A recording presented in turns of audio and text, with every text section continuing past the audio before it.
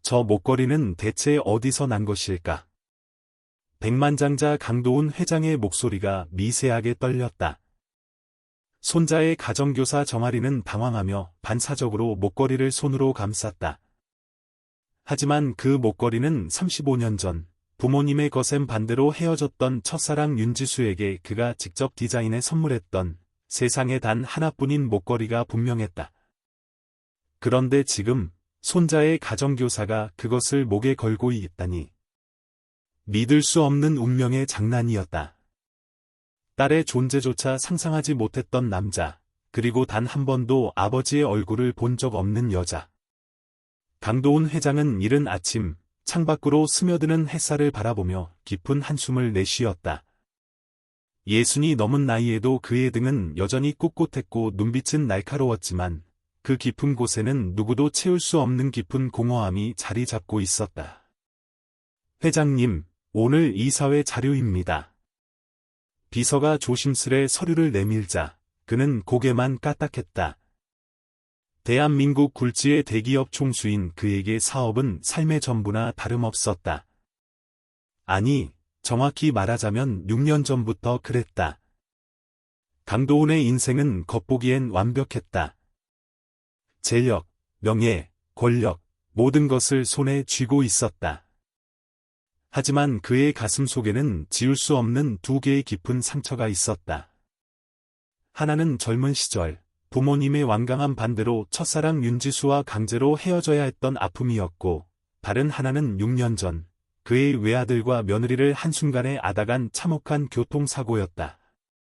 원문에서는 아내와 아들을 잃었다고 했으나, 이후 손자와 며느리가 다른 차에 있어 무사했다는 내용과 7살 손자만 남았다는 내용으로 보아 아들과 며느리가 아니라 아들과 아내, 혹은 아들만 사망하고 며느리와 손자는 살았거나, 혹은 아들과 아내가 사고로 죽고, 그 전에 아들에게서 손자가 있었던 상황으로 이해됩니다. 여기서는 원문의 아들과 아내, 사망, 손자와 며느리는 다른 차로 생존했으나 며느리가 떠난 것으로 수정하여 진행합니다. 하지만 이후, 며느리는 점점 강동과 거리를 두기 시작했습니다라는 문장과 손자만 남았다는 내용으로 보아 사고로 아들만 죽고 며느리와 손자는 살았지만 며느리가 후에 떠난 것으로 재해석하여 수정합니다. 도훈아, 지수라는 아이와의 만남은 이제 그만두어라. 우리 집안과는 격이 맞지 않아. 아버지의 냉정한 한마디에 그는 결국 사랑을 포기하고 비슷한 배경의 재벌가 딸과 정략 결혼을 했다. 처음에는 사랑 없는 결혼이었지만 아내의 온화한 성품 덕분에 세월이 흐르며 부부로서의 정은 쌓여갔다. 그리고 그들 사이에 귀한 아들, 준혁이 태어나면서 강도훈도 점차 가정의 마음을 열기 시작했다. 하지만 운명은 잔인했다. 아들 준혁의 아들, 즉 손자 준우의 첫 돌잔치로 향하던 그날, 모든 것이 산산조각 났다. 화창한 봄날이었다. 강도훈은 아내와 아들 준혁과 함께 차를 타고 가던 중이었다. 그때 갑자기 중앙선을 넘어온 대형 트럭과 정면으로 충돌했다. 도훈아. 정신 차려, 도훈아. 눈을 떴을 때 귓가에 들려온 것은 친구의 다급한 목소리였다. 하지만 그의 사랑하는 아내와 외아들 준혁은 이미 세상을 떠난 후였다.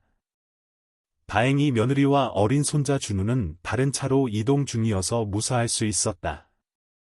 하지만 그날 이후 며느리는 남편을 잃은 슬픔과 시아버지에 대한 복잡한 감정으로 점점 강도훈과 거리를 두었고 결국 손자 준우만 남겨둔 채 떠나버렸다. 그렇게 6년의 시간이 흘렀고 이제 그의 곁에는 7살배기 손자 준우만이 유일한 혈육으로 남아있었다. 강도훈은 모든 인간관계를 단절하다시피 하고 오직 사업에만 몰두하며 살아왔다. 얼음장처럼 차갑게 굳어버린 그의 마음은 아무도 녹일 수 없을 것 같다. 하지만 그는 알지 못했다. 곧 그의 얼어붙은 인생에 예상치 못한 따스한 변화가 찾아올 것이라는 사실을. 강도훈 회장에게 손자 준우는 세상에 남은 유일한 희망이었다.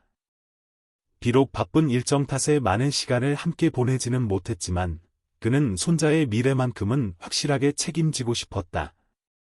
어느 날, 집안일을 돌보는 가정부로부터 준우가 초등학교 입학을 앞두고 있음에도 아직 한글을 제대로 깨치지 못했다는 보고를 받았다. 회장님, 준우 도련님이 또래 아이들보다 글자 익히는 속도가 조금 느린 편입니다.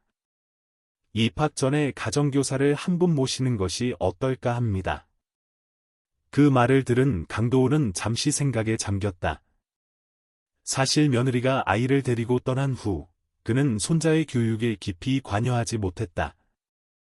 하지만 이제는 달랐다. 그는 준우가 최고의 교육을 받기를 원했다. 비용은 상관없네. 최고의 실력을 갖춘 선생으로 모셔오게. 강도훈은 즉시 비서에게 지시했다. 그렇게 해서 정아린이라는 34살의 젊은 여성이 준우의 국어 가정교사로 채용되었다. 하린은 온화한 미소와 차분한 목소리를 가진 따뜻한 분위기의 선생님이었다. 처음 만난 날부터 준우는 신기하게도 그녀에게 마음을 열었다. 선생님, 이 글자는 뭐예요? 준우가 호기심 가득한 눈으로 물었다. 이건 하늘이라고 읽어요.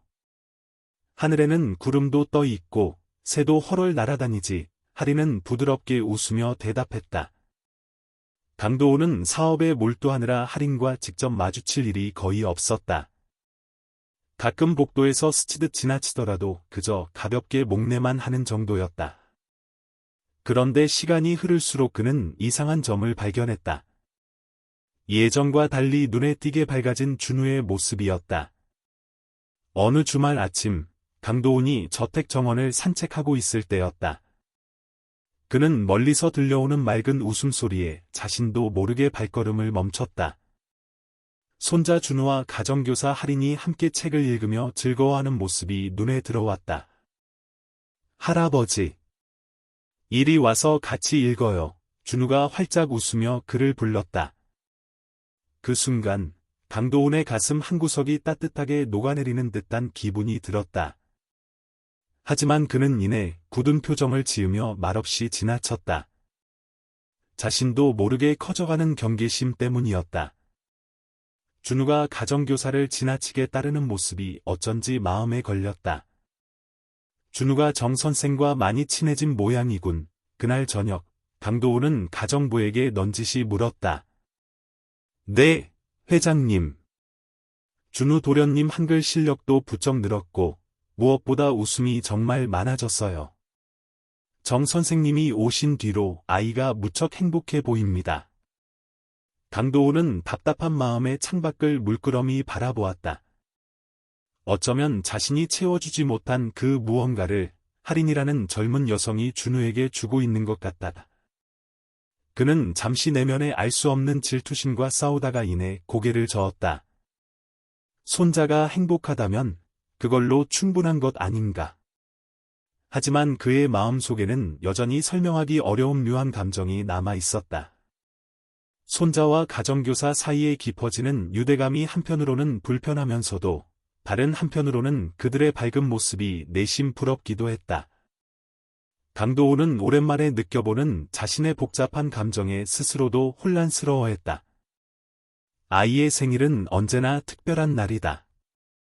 강도훈 회장은 손자 준우의 7번째 생일을 앞두고 평소와 달리 직접 생일 준비에 관여하기 시작했다.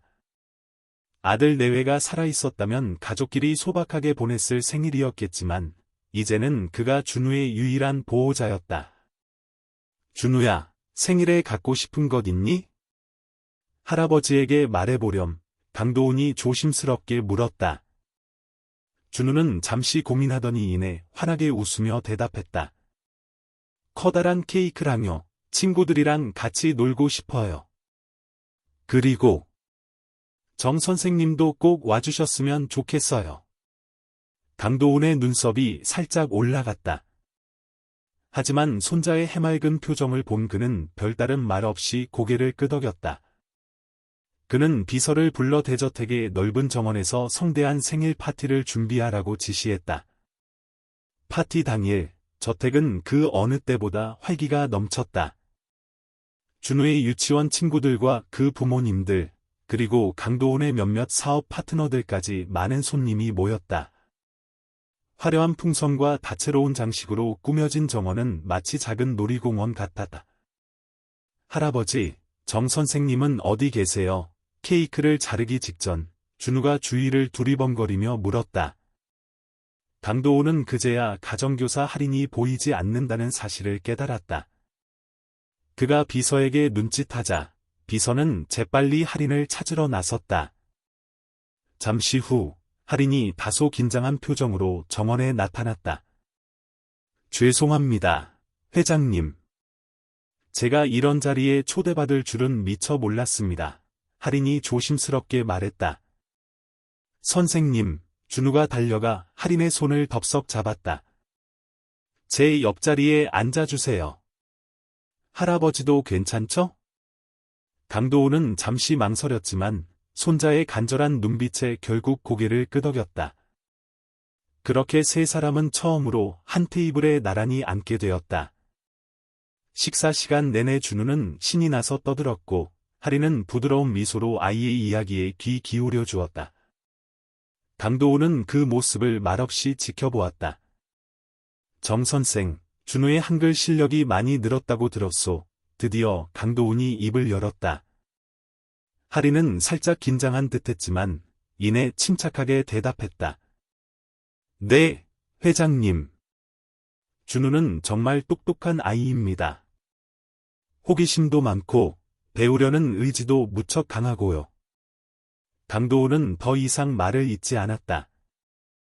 하지만 그의 시선은 왠지 모르게 할인에게서 쉽게 떨어지지 않았다. 그녀에게서 어딘가 익숙한 느낌, 특히 웃을 때 살짝 휘어지는 눈매가 누군가를 강하게 닮았다는 생각이 머릿속을 떠나지 않았기 때문이었다.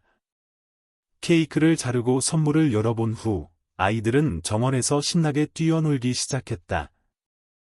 할인도 아이들과 함께 어울려 즐거운 시간을 보내고 있었다. 강도훈은 테라스 의자에 앉아 그 모습을 바라보며 아주 오랜만에 담배 한 개비를 꺼내 물었다. 파티가 한창 무르익을 무렵 뜻밖의 작은 사고가 일어났다. 준우가 할인과 함께 놀다가 실수로 그녀의 블라우스 단추를 세게 당기는 바람에 단추 하나가 떨어져 나간 것이었다. 그 순간 할인의 쇄골 아래로 반짝이는 목걸이가 드러났다. 강도훈은 그 목걸이를 보는 순간 손에 들고 있던 담배를 떨어뜨렸다. 마치 시간이 멈춘 것 같다.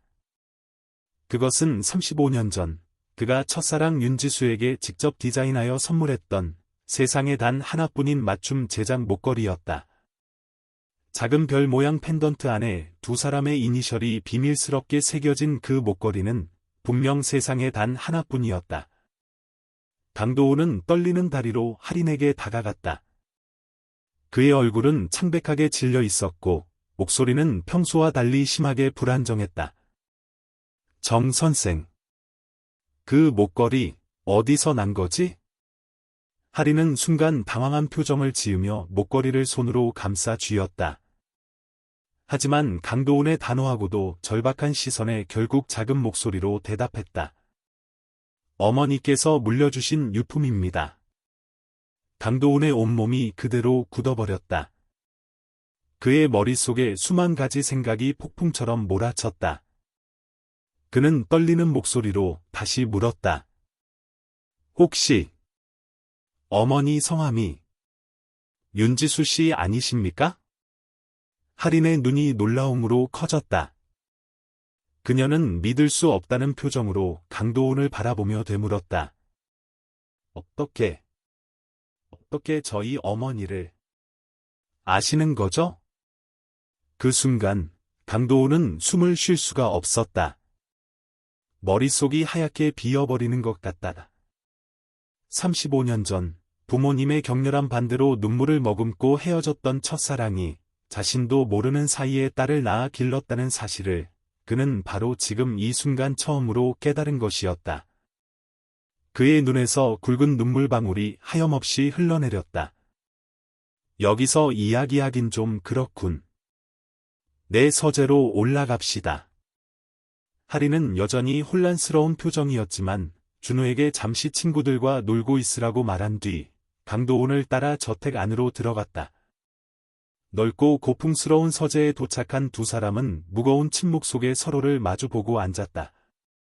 강도훈은 오랫동안 가슴 깊이 묻어두었던 과거의 이야기를 어렵게 꺼내놓기 시작했다. 35년 전. 나는 윤지수라는 여성을 깊이 사랑했었소. 우리는 대학 동아리에서 만났는데 그녀는 내가 본 사람 중 가장 순수하고 아름다운 영혼을 가진 사람이었지. 강도훈의 목소리에는 오랜 세월 묵은 그리움이 짙게 배어 있었다. 그는 잠시 말을 멈추고 깊은 숨을 내쉬었다. 하지만 우리 집안에서는 그녀의 평범한 배경을 문제 삼아 교제를 극심하게 반대했고 결국 나는 부모님의 뜻을 거스르지 못하고 그녀와 헤어질 수밖에 없었소. 하리는 충격과 놀라움이 뒤섞인 눈으로 강도훈을 바라보았다.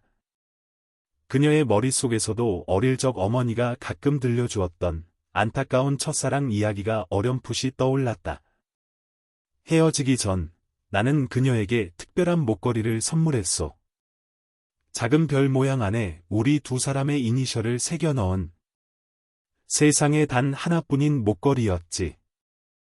하리는 무의식적으로 자신의 목에 걸린 목걸이를 만졌다. 그녀의 눈가에도 촉촉하게 눈물이 고이기 시작했다. 어머니는 제게 아버지의 성함이나 신분에 대해 자세히 알려주지 않으셨어요. 그저 아버지가 자신을 정말로 사랑했지만 집안의 극심한 반대로 어쩔 수 없이 헤어질 수밖에 없었다고만 말씀하셨죠. 이 목걸이가 어머니가 간직한 아버지에 대한 유일한 기억이라고 하셨어요. 강도훈은 더 이상 감정을 억누를 수 없었다. 그의 어깨가 가늘게 떨리기 시작했다. 자신이 알지도 못했던 딸이 이렇게 장성하여 바로 눈앞에 있다니. 게다가 그 딸이 자신의 하나뿐인 손자의 가정교사라니. 이 얼마나 기막히고도 운명적인 만남이란 말인가. 하린 씨. 아니, 내 딸이구나. 하린 역시 극도의 혼란스러움에 휩싸였다. 어머니가 평생을 그리워했던 그 첫사랑이 바로 자신이 일하고 있는 이 대저택의 주인이자 대기업 회장이라니. 게다가 그가 자신의 생부라니. 너무나 갑작스럽게 맞닥뜨린 엄청난 진실 앞에 그녀는 어떤 말도 쉽게 할 수 없었다. 강도훈은 떨리는 손으로 책상 서랍을 열었다. 그리고 아주 오래된 빛바랜 사진첩 하나를 꺼내 하린에게 건넸다. 거기에는 풋풋하고 젊은 시절의 강도훈과 윤지수가 환하게 웃으며 함께 찍은 사진들이 여러 장 들어 있었다. 이걸 보시오. 하린은 사진을 보는 순간 숨이 멎는 것 같다. 사진 속 젊은 여성은 의심할 여지 없이 자신의 어머니 윤지수였다. 어머니가 간직하고 있던 유일한 젊은 시절 사진 속모습과 똑같았다. 어머니. 그럼 정말로 회장님이 강도훈은 말없이 고개를 깊이 끄덕였다. 그의 눈에서는 후회와 안타까움, 그리고 딸을 마주한 복잡한 감정의 눈물이 계속해서 흘러내렸다. 하린 씨. 내 딸아. 내가 조금이라도 알았더라면, 윤지수가 우리 아이를 가졌다는 사실을 아주 조금이라도 알았더라면, 두 사람 사이에 무겁고도 애틋한 침묵이 한동안 내려앉았다. 서로에게 하고 싶은 말, 묻고 싶은 말이 너무나도 많았지만, 어떤 말부터 시작해야 할지 알 수 없었다.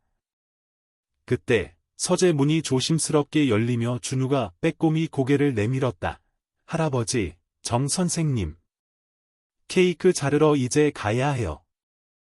준우의 천진난만한 목소리에 두 사람은 잠시 현실로 돌아왔다. 하리는 급히 눈물을 훔치며 준우에게 애써 미소를 지어 보였다. 그래, 준우야.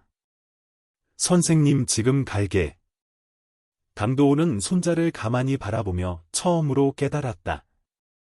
이제 하나뿐인 손자 준우에게는 할아버지뿐만 아니라 생각지도 못했던 젊은 고모도 생긴 것이었다. 그는 할인에게 마지막으로 나지막이 말했다. 파티가 끝나면 다시 이야기합시다. 그리고 윤지수 씨를 만나고 싶소. 강도훈은 손자의 생일 파티가 어수선하게 마무리되자마자 할인에게 윤지수의 연락처를 물었다. 할인은 잠시 망설였지만 이내 어머니의 전화번호를 알려주었다. 그의 손은 전화기를 들자마자 격하게 떨리기 시작했다. 35년 만에 그녀의 목소리를 다시 듣게 될 생각을 하니 심장이 터질 것처럼 두근거렸다. 여보세요. 수화기 너머로 들려온 세월의 흔적이 살짝 묻어났지만 여전히 맑고 고운 목소리에 강도훈은 순간 말을 잇지 못했다. 너무나 익숙하면서도 동시에 낯선 바로 그 목소리였다. 지수야. 나야. 강도훈, 그가 마침내 떨리는 목소리로 자신의 이름을 말했다. 전화기 너머로 잠시 숨막히는 침묵이 흘렀다. 그리고 이내 믿을 수 없다는 듯 놀라움과 당혹감이 뒤섞인 윤지수의 목소리가 들려왔다. 도훈 씨? 어떻게 내 번호를 지금 당장 만날 수 있을까? 꼭 해야 할 이야기가 있어. 윤지수는 한참을 망설이다 결국 그의 갑작스러운 만남 요청에 응했다. 그날 저녁, 강도훈은 아주 오랜만에 몸에 익은 정장 대신 평범하고 편안한 옷차림으로 약속 장소인 작은 카페로 향했다. 카페에 도착하자 창가 자리에 그녀가 먼저 와서 앉아 있었다. 세월이 흘렀지만 여전히 그녀의 미소는 은은하게 아름다웠고 눈빛은 따뜻했다. 오랜만이네요. 도훈 씨, 윤지수가 먼저 조용히 입을 열었다. 강도훈은 깊게 숨을 들이마셨다. 지수야. 할인이가 우리 딸이었더구나. 그 말에 윤지수의 눈이 순간 크게 뜨였다. 그녀는 놀란 표정으로 강도훈을 멍하니 바라보았다. 어떻게 그걸 알게 된 거죠? 할인이가 우연히 우리 손자 준우의 가정교사로 오게 됐어. 그리고 오늘 내가 오래전에 당신에게 줬던 그 목걸이를 할인이가 하고 있는 것을 봤지. 윤지수의 눈에 금세 눈물이 가득 고였다. 그녀는 오랫동안 가슴속 깊이 혼자 간직해온 비밀스러운 이야기를 천천히 털어놓기 시작했다. 강도훈과 헤어진 직후 자신이 임신했다는 사실을 알게 되었다는 것. 하지만 그때 이미 강도훈은 집안의 강요로 다른 여자와 서둘러 결혼한 상태였기에 도저히 그에게 연락할 용기를 낼 수 없었다는 것. 그래서 결국 홀로 할인이를 낳아 키우기로 결심했다는 가슴 아픈 이야기였다. 왜 나에게 알려주지 않았어? 강도훈의 목소리에는 억누르지 못한 원망과 안타까움이 묻어났다. 윤지수는 힘없이 고개를 저었다. 당신이라도 행복하길 바랐으니까요. 그리고 당신 부모님이 우리 사이를 그렇게나 반대하셨는데 아이까지 있다는 사실이 알려지면 당신이나 나, 그리고 아이에게 더 큰 상처와 소동만 일어날까봐 두려웠어요. 강도훈의 가슴이 칼로 베이는 듯 아팠다. 그는 테이블 밑으로 주먹을 꽉 움켜쥐며 떨리는 목소리로 말했다. 35년이야. 35년 동안 내가 내 딸이 있다는 사실조차 모르고 살았어. 할인이의 첫 걸음마, 첫 옹알이, 학교 입학. 그 모든 소중한 순간들을 내가 다 놓쳐버렸다는 거지. 윤지수의 눈에서도 참았던 눈물이 하염없이 흘러내렸다. 미안해요. 정말 미안해요. 하지만 당신도 잘 알잖아요. 그때 우리 사이에 아이가 있다는 걸 당신 부모님이 아셨다면 그때 난 너무 어렸고 모든 게 두려웠어요. 강도훈이 깊은 한숨을 내쉬었다. 그래. 그땐 나도 부모님 말씀만 따르는 어리석고 나약한 아들이었지. 하지만 지금은 달라. 너무 많이 늦었지만 이제라도 내가 할인이에게 아버지가 되어주고 싶어. 윤지수는 잠시 생각에 잠긴 듯 아무 말도 하지 않았다. 그리고 이내 작은 목소리로 물었다. 할인이는 이 사실에 대해 어떻게 생각하나요? 아직 많이 혼란스러워하는 것 같아. 하지만 시간을 두고 천천히 다가갈 생각이야. 두 사람은 그렇게 아주 오랜 시간 동안 서로의 가슴에 묻어두었던 이야기들을 나누었다. 지나간 세월에 대한 깊은 후회와 사무치는 그리움, 그리고 희미하게나마 보이는 앞으로의 가능성에 대해서. 강도우는 윤지수의 여전히 고운 손을 조심스럽게 잡았다. 우리가 만약 그때 헤어지지 않고 함께했다면 어땠을까? 하는 생각을 평생 단 하루도 잊지 않고 했어. 윤지수는 슬프면서도 아름다운 미소를 지었다. 저도요. 하지만 이제는 각자의 삶이 너무 많이 달라졌잖아요. 강도우는 단호하게 고개를 저었다. 내 삶은 6년 전에 이미 멈춰버렸어. 사랑하는 아내와 아들을 불의의 사고로 한꺼번에 잃은 그날부터 나는 그저 숨만 쉬며 살아왔을 뿐이야. 윤지수는 전혀 예상치 못했다는 듯 놀란 표정으로 그를 바라보았다. 그녀는 언론 보도를 통해 강도훈의 가족이 비극적인 사고로 세상을 떠났다는 소식을 어렴풋이 들었었지만 그가 그토록 크고 깊은 상처를 안고 지난 6년을 살아왔을 줄은 미처 몰랐던 것이다. 보은 씨, 그동안 정말 많이 힘들었겠네요. 강도훈의 눈에 뜨거운 눈물이 다시 고였다. 그는 지난 35년 동안 단 한 번도 누구에게도 속 시원히 털어놓지 못했던 자신의 깊은 슬픔과 고독, 그리고 절망감을 윤지수에게 모두 이야기했다. 그리고 마지막으로 그는 모든 용기를 내어 떨리는 목소리로 물었다. 지수야. 이제라도 우리 다시 시작할 수 없을까? 그날 이후 강도훈의 삶은 이전과는 완전히 달라졌다.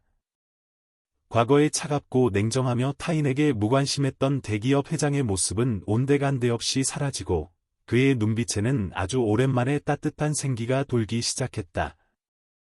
할인은 처음에는 아버지라는 존재를 갑자기 받아들이기가 무척 어색하고 어려웠지만 강도훈의 진심 어린 노력과 시간의 흐름 속에서 조금씩 마음의 문을 열기 시작했다. 아버님, 오늘은 준우랑 같이 동네 도서관에 다녀오려고 합니다. 어느 날 할인이 아직은 어색하지만 용기를 내어 그를 아버님이라 불렀다. 강도훈은 세상 모든 것을 얻은 듯 따뜻하고 너그러운 미소를 지었다.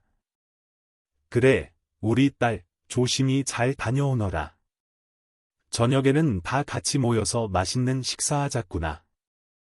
매일매일 이런 소소하고 따뜻한 대화부터 시작한 두 사람은 그렇게 서서히 그러나 분명하게 부녀 관계를 아름답게 쌓아가기 시작했다. 이런 집안의 변화를 가장 먼저, 그리고 가장 순수하게 받아들인 것은 어린 준우였다. 어느 날 저녁 식사 자리에서 준우가 갑자기 할인에게 천진난만한 표정으로 물었다. 선생님, 이제 선생님이 진짜 제 고모가 된 거예요? 할인은 순간 살짝 당황했지만 이내 세상에서 가장 따뜻한 미소를 지으며 대답했다. 그렇지, 우리 준우야. 이제 나는 내 고모란다. 아! 신난다. 이제 나도 고모가 생겼다. 준우가 폴짝폴짝 뛰며 기뻐서 소리쳤다. 그 모습을 가만히 지켜보던 강도훈의 눈가에는 자신도 모르게 촉촉한 눈물이 고였다. 그는 지난 오랜 시간 동안 깊은 외로움과 상실감 속에서 홀로 힘겹게 살아왔지만 이제 마침내 그 무엇과도 바꿀 수 없는 새로운 가족을 찾은 것이었다. 하지만 그의 마음 속에는 여전히 윤지수에 대한 깊은 미련과 애틋함이 남아 있었다. 할인아, 내 어머니께 내가 한 번 더 만나 뵙고 싶다고 좀 전해주렴. 어느 날 강도훈이 할인에게 조심스럽게 말했다. 할인은 잠시 생각에 잠기는 듯했지만 이내 조용히 고개를 끄덕였다. 그녀 역시 오랫동안 홀로 외롭게 지내온 엄마와 뒤늦게 찾은 아빠가 서로의 상처를 보듬고 화해하여 행복해지기를 누구보다 간절히 바라고 있었으니까. 윤지수는 처음에는 강도훈의 갑작스러운 만남 제안에 망설였지만 딸 할인의 간곡한 설득과 자신의 마음속 깊은 곳에서 여전히 남아있는 그에 대한 그리움 때문에 결국 강도훈의 초대를 받아들였다. 그리고 그렇게 네 사람, 강도훈과 윤지수, 그리고 할인과 준우가 함께하는 조금은 어색하지만 따뜻한 저녁 식사 자리가 마침내 마련되었다. 정말 오랜만에 이렇게 가족이 다 함께 모여 식사를 하니 참 좋구먼. 강도훈이 만감이 교차하는 표정으로 조용히 말했다. 윤지수는 처음에는 다소 긴장한 표정이었지만 손자 준우와 딸 할인이 스스럼 없이 즐겁게 대화하는 모습을 보며 조금씩 마음의 긴장을 풀어갔다. 식사를 마친 후 강도훈은 윤지수에게 잠시 정원을 함께 거닐자고 제안했다. 정말 많이 변했네요. 도훈 씨, 예전의 차가운 모습은 찾아볼 수가 없어요. 윤지수가 저녁 노을이 지는 정원을 바라보며 말했다. 강도훈은 부드럽게 고개를 끄덕였다. 그래, 많이 변했지. 하지만 단 한 가지, 세월이 흘러도 결코 변하지 않은 게 있어. 그게 무엇인데요? 당신을 향한 내 진심이야. 강도훈이 떨리는 목소리로 그러나 단호하게 자신의 진심을 담아 말했다.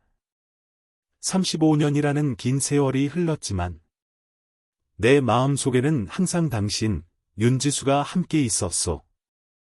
윤지수의 눈에 뜨거운 눈물이 방울져 맺혔다.